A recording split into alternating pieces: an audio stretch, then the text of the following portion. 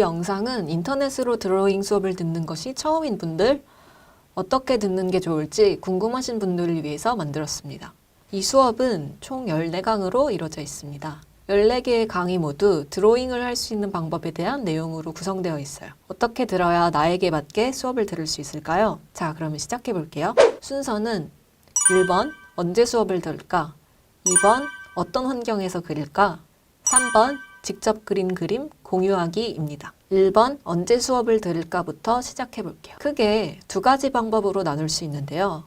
특정 시간을 정해서 그리기와 언제든 내가 하고 싶을 때 듣기가 있어요. 자, 첫 번째, 특정 시간을 정해서 그리기. 이건 일정한 루틴을 만드는 거예요. 14일간 매일 그리기, 주말에 그리기 등으로 나눠볼 수 있어요. 14일이면 총 2주죠. 2주 동안 매일 아침 혹은 매일 저녁 내가 편한 시간에 잠깐 짬을 내서 20분에서 25분 정도 수업을 듣고 그림을 그리는 거죠. 이 방법은 2주 동안 매일 그림을 그리기 때문에 나름의 굉장한 도전이 될 수 있어요.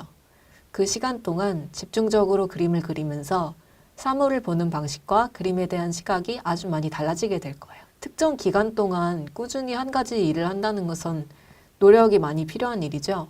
하지만 그만큼 전부 해냈을 때 굉장히 뿌듯하고 성취감을 느끼게 되죠. 자신감도 생기고요. 자, 이 방식은 나는 매일 그림 그리는 습관을 만들고 싶다. 혹은 나는 내 하루의 마무리 혹은 시작을 그림으로 하고 싶다 하시는 분들, 그리고 나는 도전을 해서 나의 안전지대를 넘어보고 싶다 하시는 분들께 추천드립니다. 자, 주말에 그리는 방법은 말 그대로 주말에 한가한 시간을 정해놓고 그리는 것입니다. 이건 간단해요. 14강이니까 매주 토요일 혹은 일요일 혹은 토요일, 일요일 모두 다 이런 식으로 여러분이 편한 시간을 정해서 그때 수업을 듣고 그림을 그리는 거죠. 이 방법은 주말에 휴식을 취하면서 비교적 느긋하게 그림을 그릴 수 있다는 장점이 있습니다. 두 번째, 언제든 내가 하고 싶을 때 듣기. 이 방법은 심심할 때, 내가 원할 때, 그냥 생각날 때 그림 그리기로 기분 전환을 하고 싶은 분들을 위한 거예요. 생각날 때 언제 어디서든 에듀캐스트에 접속해서 강의를 들으시면 됩니다. 단 느긋하게 하는 만큼 그림 그리기를 잊어버리게 될 수도 있으니까 수강 기간이 지나가지 않도록 반드시 체크해 주세요. 자, 어떤 방법 하나가 정답인 것은 아니에요. 여러분 각자에게 맞는 방법으로 강의를 들으시면 돼요. 자, 2번, 어떤 환경에서 그릴까? 그림 그리기 좋은 환경이라는 게 있을까요? 네, 있습니다. 다만 특정 장소가 있는 건 아니에요.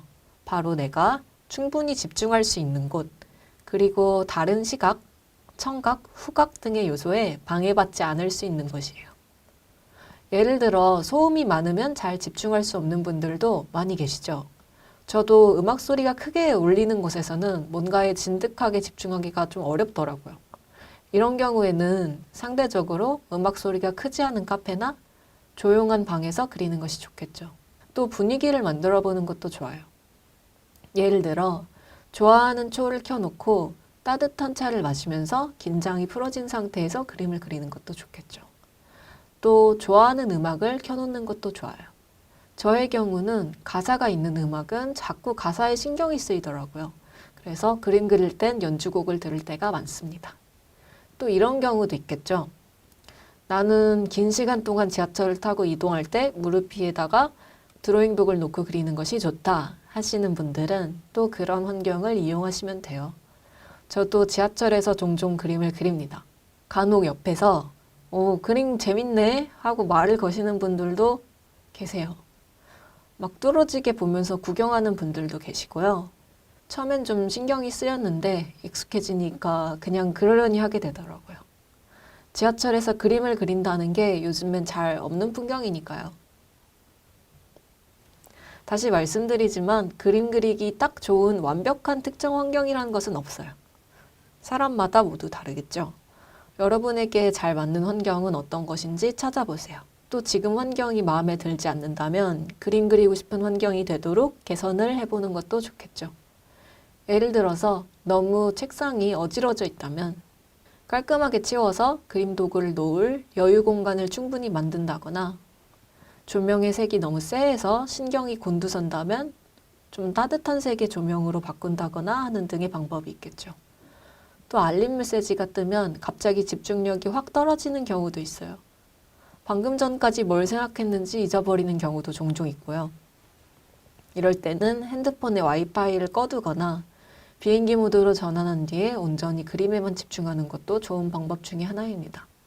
저도 뭔가 집중해야 할 때는 핸드폰을 비행기 모드로 바꾸거나 아예 핸드폰을 뚜껑이 있는 작은 나무 상자에 넣어버리는 경우도 있습니다. 우리가 그림을 그리는 시간은 또 뭔가에 집중하는 시간은 굉장히 소중한 순간이기 때문이죠. 저는 이렇게 주변 환경을 개선하고 또 통제하면서 그림에 대한 애정과 또 그림을 그리는 시간에 대한 애정이 점점 커지는 걸 느낄 수 있었어요. 자, 각자 여러분께 잘 맞는 환경은 어떤 것인지 생각해 보세요. 3번, 직접 그린 그림 공유하기입니다. 저 그리고 강의를 들으시는 모든 분들은 나의 생각과 마음을 그림으로 표현하고자 하는 공통의 주제를 공유하고 있어요. 그렇죠? 그렇지만 같은 주제로 그림을 그려도 나오는 결과물들은 정말 모두 다릅니다. 그럴 수밖에 없겠죠. 우리는 각자 모두 다른 개성을 가진 사람들이니까요. 다른 사람이 어떻게 주제를 해석했는지 보는 것, 이 사람은 왜 이 주제를 이렇게 그렸을까? 또 나는 왜 이 주제를 이렇게 그렸을까 생각해 보는 것. 또 나의 그림을 다른 사람들에게 보여주는 것도 굉장히 흥미로운 경험입니다.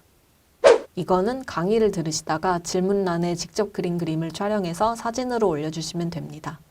사진 남겨주시면 제가 댓글도 남기겠습니다. 자, 다시 정리해 볼까요? 1번, 언제 수업을 들을까? 특정 시간을 정해서 그리기와 생각날 때 그리기가 있다고 했죠.